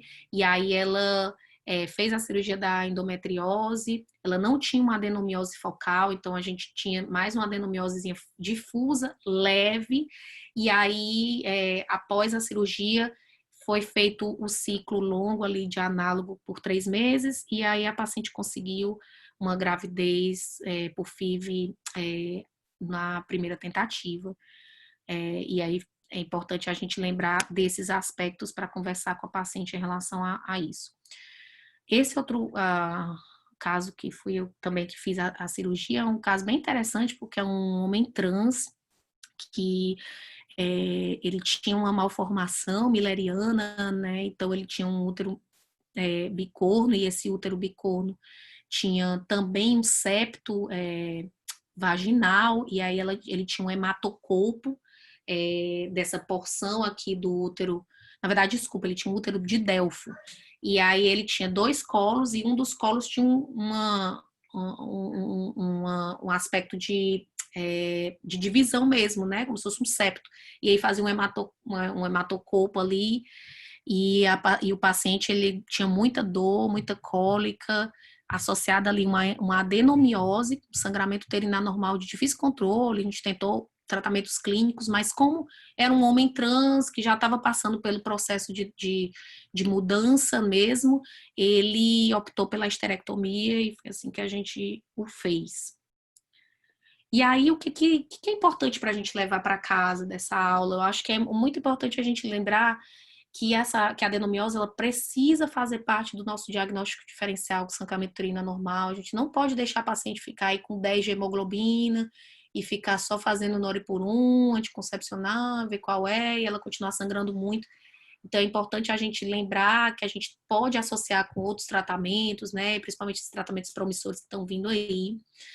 E além disso, lembrar da paciente com dor e lembrar dessa associação com a endometriose, e que se a paciente tem adenomiose e aí você vai por algum motivo fazer uma cirurgia, lembre de pensar na endometriose para você não levar um susto quando chegar lá dentro e ter uma endometriose profunda, e aí você não conseguir fazer a cirurgia adequadamente.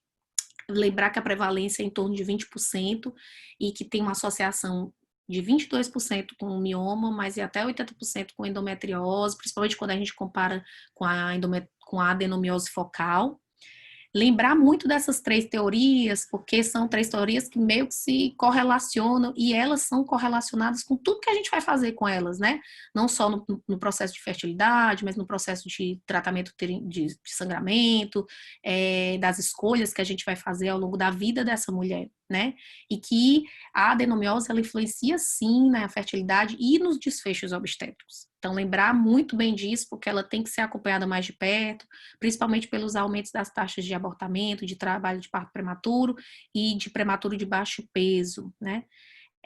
E o diagnóstico, ele deve ser, sim, clínico e radiológico. Então, é muito importante a gente lembrar para o radiologista que a gente está pesquisando adeno, para poder ele ver adeno, né? E ele apurar mais o olho em relação aos critérios, principalmente com o Musa, que veio aqui para nos ajudar muito nesse aspecto. E que os principais tratamentos, eles perpassam pela clínica, com diversos, mas todos meio off-label, a gente faz meio que na opinião de especialista, porque a gente não tem a pesquisa tão clara em relação a adeno, e que o tratamento conservador, ele pode sim aumentar as taxas de gravidez, e que pode ser uma opção para a paciente, né? E a esterectomia, ela é um tratamento definitivo nas pacientes que não desejam gestar, mas ela não é o único, principal, e aquele que a gente vai dar quando a paciente está ali com 30 anos, não tendo mais o que fazer. Então, é importante a gente abrir nossa mente em relação a isso. Daí, eu queria agradecer, né, trazer essa frasezinha que eu acho que é importante, assim, para o nosso momento atual, né, que o conhecimento, ele é poder, ele é inclusivo, a gente modifica a nossa vida, e ele deve ser, sim, compartilhável, tá? Então, muito obrigada. Excelente a aula, Kátia. Parabéns, viu? Muito boa, muito atualizada, né? Assim, todos os tratamentos possíveis e imaginários, é excelente, muito, muito boa. Eu vim aqui pro Agora, quarto do meu filho, chegou a minha trupe e começou a querer ali na aula. faz parte, né, da mulher completa, é mãe profissional, é tudo. E agora vamos estrear não, já foi estreado, né, na obstetrícia, mas vamos dar continuidade também na gineco, que é a residente, a Janine, hoje se comprometeu a fazer algumas perguntas, né, alguns questionamentos, trazer as perguntas dos residentes. Que bom. Oi, Tá sem Janine. áudio, tá sem áudio, Janine. Acho que tem que ligar o áudio, Janine. Pronto, é porque eu sou matuta. Estou voltando a me apresentar, eu sou a Janine, residente R3 da MEAC. A aula foi muito completa, nem assim, tem muito o que perguntar, porque realmente foi muito completa, abordou todos os pontos. Em nome dos residentes, até agradeço a disponibilidade do educativo para ajudar na nossa aprendizagem teórica e prática. Mas o que eu senti um pouco de falta foi, não sei se porque treino é muito difícil, foi da descrição do exame físico. Se existe algum ponto do exame físico que seja mais rico para a gente pensar numa adenomiose, ou até mesmo diferenciar um quadro mais semelhante à endometriose. Se teria algum ponto do exame físico que poderia chamar atenção. Exame físico, eu não sei onde é que ele tá. Eu tinha. Vai. Acho que estava na outra aula que eu tenho, mas ele é importante, óbvio, né? O exame físico ele é essencial nas pacientes todas com dor crônica, porque a adenomiose ela faz parte do processo de dor crônica, né? É um dos sintomas importantes da adeno. Então, ele faz parte sim, e ele é importantíssimo, né? Então, não só a anamnese da gente ver bem direitinho sangramento, quanto tempo, para a gente lembrar do Palmicoen, né? Que eu falei várias vezes. E o exame físico, ele vai ser importante por quê? Porque a adenomiose, endometriose, doença inflamatória intestinal, constipação, tudo isso pode causar dor crônica, né? Então, o exame físico, ele vem desde a marcha da paciente, né? Você vai visualizar a marcha, como é que está o processo de dor, porque se você vê se ela tem uma marcha antálgica, você pode pensar que ela tem encurtamento de musculatura, né? E aí pode estar levando a uma dor crônica muscular associada com síndrome facial. Então, marcha já é algo que a gente tem que ver. Depois a gente tem que tentar ver se ela tem algum trigger point. Então, por quê? Porque o paciente com adenomiose pode gerar uma dor crônica. Então, a gente tem que ir atrás de trigger point dessa paciente. No exame abdominal, a mesma coisa. Você vai fazer palpação abdominal, palpação superficial. E se ela tiver uma dor superficial, a gente tem que fazer o sinal de Carney para a gente ver se ela tem lesão, ou lesão não, mas se ela tem síndrome miofascial abdominal, porque a gente tem que lembrar da dor crônica. O exame neurológico, porque às vezes, como a adenomiose ela tem associação com a endometriose, até 40% a 80% dos casos, né? A gente tem, às vezes, acometimento de nervo ou encarceramento de nervo, quando tem endometriose barra adenomiose focal, e aí muito mais pela endometriose, né, essa correlação. Então, a gente tem que fazer exame neurológico com posicionamento de dermátomo. Então, a paciente vai dizer, tem uma dor com dormência em tal lugar, então e você vai tentando mapear aquele processo. E às vezes é uma coisa meio que tem dormência mesmo, mas é difusa, e aí a gente, então aqui não é dermátomo, na verdade, ela tem uma dor crônica neuromodulada já. E aí a gente vai para a parte externa da vulva, e na parte externa da vulva você vai fazer os toques ali para ver vulvodinha, e aí vai ver contratura do assoalho pélvico, reflexo, que também perpassa um pouco do exame neurológico. Daí vem o toque vaginal, acho que é o grande questionamento, né, Janine? Se tem alguma alteração da endo e da adeno em uma diagnóstica inicial, na verdade não tem, porque às vezes a paciente ela tem também uma dispareunia, não é só dismenorreia, ela pode ter uma dispareunia com adenomiose, porque ela bate ali no útero, e o útero tem todos esses mediadores inflamatórios e podem causar dor também.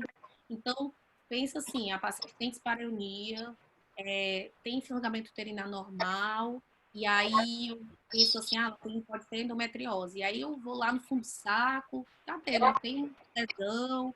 Será que é isso mesmo? Musculatura parece estar ok. Então a gente tem que lembrar da adeno quando a gente tem sintomas importantes de endo, que não tem um sinal importante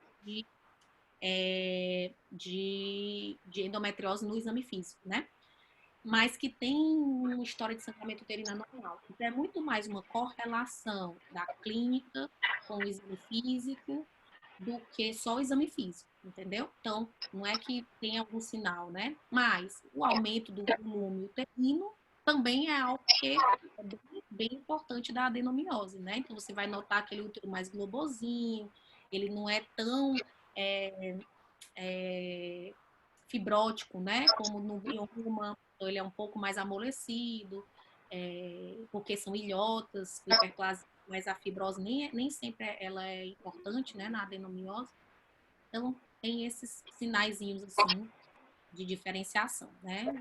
Mas não são sinais patognomônicos, na verdade. Outra pergunta que eu me questionei foi se em pacientes que têm, principalmente pacientes mais velhos, que têm uma imagem sugestiva de adenomiose, a que ponto vale a pena, sim, sempre vale a pena pedir um mapeamento, mesmo que ela não tenha queixas de menorreia, especificamente, já que sempre tem essa correlação de 40% a 80%, se sempre vale a pena pedir o mapeamento ou não, só se ela tivesse a queixa de menorreia. Janinha, eu não entendi direito porque ficou meio cortando, mas o que eu entendi foi que se pede um mapeamento para todo mundo de adeno, né? Mesmo que não tenha queixa de dismenorreia, ou se eu só pediria se tivesse a queixa. Assim, o que eu acho? É importante fazer a avaliação da queixa, né? Então, a paciente que tem uma dismenorreia importante e outros aspectos como dispareunia, dor pélvica crônica, paciente que tem alteração intestinal, urinária, são muito correlatos com a adenomiose, assim, é mandatório, né? O mapeamento. Se a paciente tem uma adenomiose mais difusa e que ela é aquela paciente que dessa primeira linha, né, das pacientes mais da quinta década, que tiveram mais partos, que meio que isso veio aos pouquinhos, aí ele não faz muito parte desse processo, né? Por quê? Porque aí você vai correlacionar com o seu exame físico. Se o seu exame físico tem uma suspeita de um espessamento do enterossacro, de saco obliterado. Aí você vai pedir, mesmo nessas pacientes que não parece que tem tanta queixa. Mas se o seu exame físico é bem tranquilizador nesse sentido, é muito raro eu ter uma endometriose, sei lá, alta, intestino delgado e uma adeno bem clássica, do que uma endometriose de fundo de saco, mais aquilo ali daquela região, né? Que é o mais comum, mais correlacionado com a adeno. Mais alguma pergunta, gente? Janine, Oi? a gente não ouviu bem agora no final. Mais alguém tem alguma pergunta? No chat não tem nenhuma. Tati, parabéns. Eu queria comentar, não é nenhuma pergunta, mas acho que a Tatiane pode acrescentar alguma coisa. O sofrimento maior da adenomiose é na paciente que ainda não engravidou, né? Naquela que quer engravidar, porque aí tratamento clínico é hormonioterapia, né? E aí o que fazer? Acho que talvez nessa é onde caiba mais a cirurgia conservadora. Eu não sei se a Catiane viu alguma coisa de resultado obstétrico.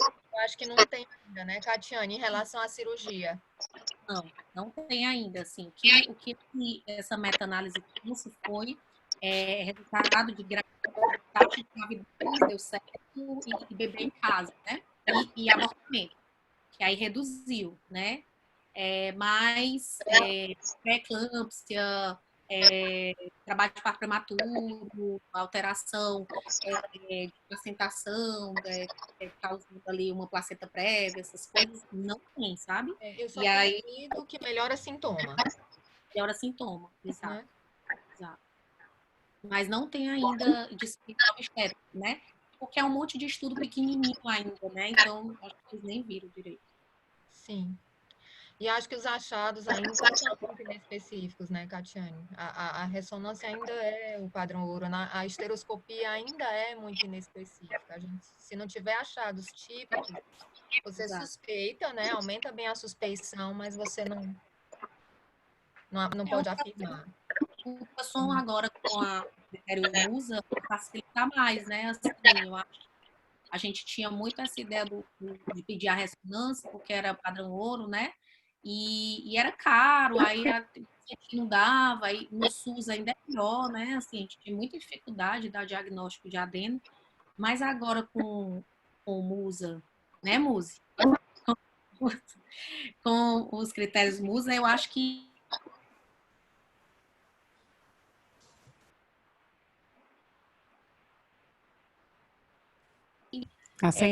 para poder enriquecer melhor o nosso.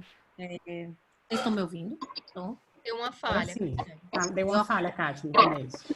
acho que foi a internet. E aí, assim, eu acho que o critério MUSA, eu acho que vai ser bem interessante para a gente sensibilizar os nossos radiologistas a pesquisarem, ficarem mais atentos e aí vão nos ajudar a dar diagnóstico, né? Assim, porque eu acho muito angustiante ela não ter muitas respostas, né? Então, eu digo, hoje mesmo, eu atendi 3 pacientes com adenomiose muito clássicas, muito na cara, que ela tá, sei lá, 10 anos com sangramento uterino anormal. Uma delas fez biópsia de medula óssea, porque era anemia crônica, tipo assim, então é algo que perpassa, né, todas as clínicas e que a gente não dá o diagnóstico. Então, quando ela recebe o diagnóstico, ela, poxa, eu tenho isso aqui, então vamos lá, vou ter que fazer esse tipo de tratamento e acaba não dando murro em ponto de faca, né? Então, acho que é importante isso também.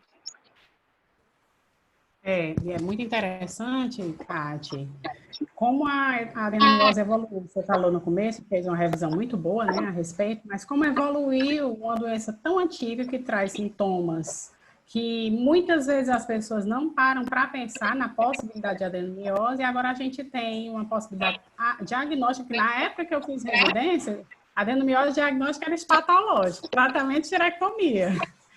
E agora a gente tem, né, uma coisa muito assim, simplista, que atrapalhava muito. Futuro, viu, moça? Isso, exatamente, né? Por isso você colocou muito bem. Então, assim, é muito bom agora com os critérios ultrassonográficos você pensar nessa possibilidade. E na residência, os meninos que estão saindo agora, colocar sempre na cabeça o diagnóstico diferenciado de paciente com adenomiose, aquela paciente que tem um ciclo, uma menstruação maior do que um padrão normal, que às vezes fica com anemia, que tem dor pélvica, e muitas vezes passa batida, passa, como você está dizendo, chegar ao ponto da paciente ter que fazer uma investigação sistêmica para uma doença que muitas vezes está clara, mas a gente não tem. É, verdade. Muito verdade isso, assim.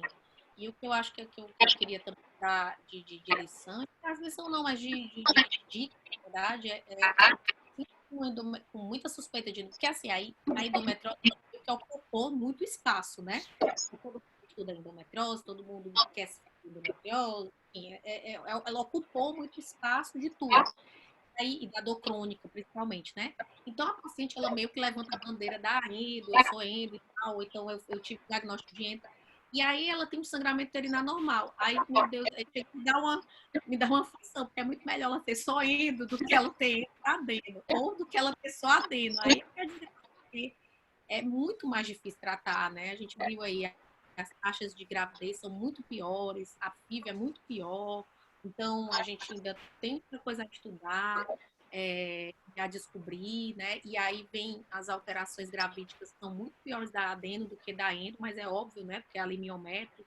Então, é muito mais complexo. Então, eu fico, às vezes, assim, oh, meu Deus, a paciente tem adenomiose, ela, coitada, tá achando que tem endo, e aí eu tento falar ali para ela, mas doutora, endometriose, com certeza. Não, mas na verdade é pior. Quando não é atribuído ao mioma uterino, que tem uma associação muito grande com a adenomiose, e acha, o sangramento é do mioma, ou a dor é do mioma, no entanto é a adenomiose que está ali, que tá, a principal causa da sintomatologia da paciente.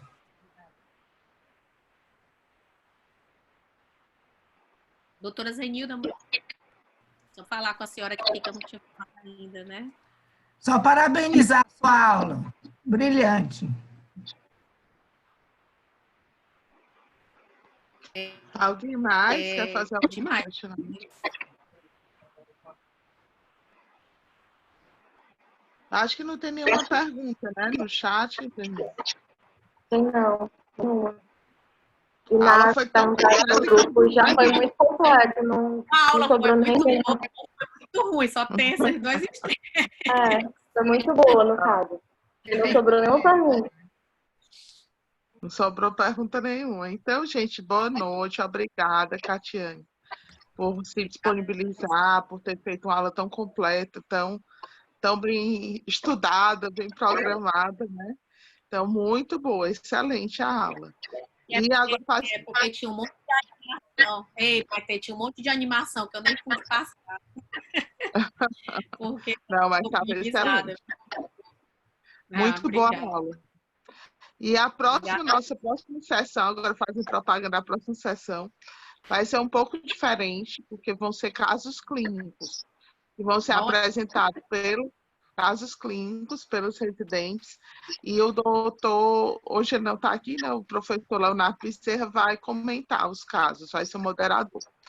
Mas a gente está tentando um formato novo, diferente, porque a nossa sessão sempre foi com a participação ativa dos residentes, e com essa pandemia acabou que a gente fez esse outro formato dos staffs, dos preceptores darem a aula, mas agora a gente está tentando voltar aos poucos a uma participação maior dos residentes. Vamos tentar esse novo formato na semana que vem. Mas ainda vamos ter aulas dos preceptores, é só uma primeira experiência. Eu queria só reforçar o agradecimento, né, Maitê? Fico muito feliz, assim, eu sei que logo no comecinho a gente já conversou sobre aulas, né, e você, logo no primeiro dia, você já veio, Cátia, vem dar aula e tudo, e aí não deu certo, e aí a gente veio para hoje, mas eu acho que hoje é um dia muito mais importante, e assim, essa doença eu acho que talvez seja bem legal de dar, assim, porque é algo que também eu estou estudando muito, então eu fiquei muito feliz, e fiquei muito agradecida por tudo que vocês estão fazendo por mim. E isso eu tenho que agradecer aqui, em nome da Raquel, que tem conversado muito comigo, doutora Zenilda, vocês. Então, esses momentos agora bem difíceis que eu estou passando, mas que eu estou tendo muito apoio de vocês e eu agradeço demais. Muito, muito obrigada. Obrigada a você, Cátia, viu? Foi ótimo. Vai dar certo. Um beijo grande. Um beijo. Para a gente é muito bom, assim, a própria pandemia, ela trouxe coisas boas, né? A gente tem a oportunidade dos preceptores trazerem a sua experiência, tão gratificante, então a gente fica muito feliz em ter a oportunidade de uma pessoa que estuda tanto adenomiose, endometriose, sabe tanto, tem uma expertise muito boa nessa área e está aqui compartilhando, que às vezes na sessão clínica a gente não tem essa oportunidade com todos os colaboradores e agora a gente está conseguindo conversar com todos. Parabéns mais uma vez, amiga. A gente está por aqui. Beijo. Obrigada. Boa noite.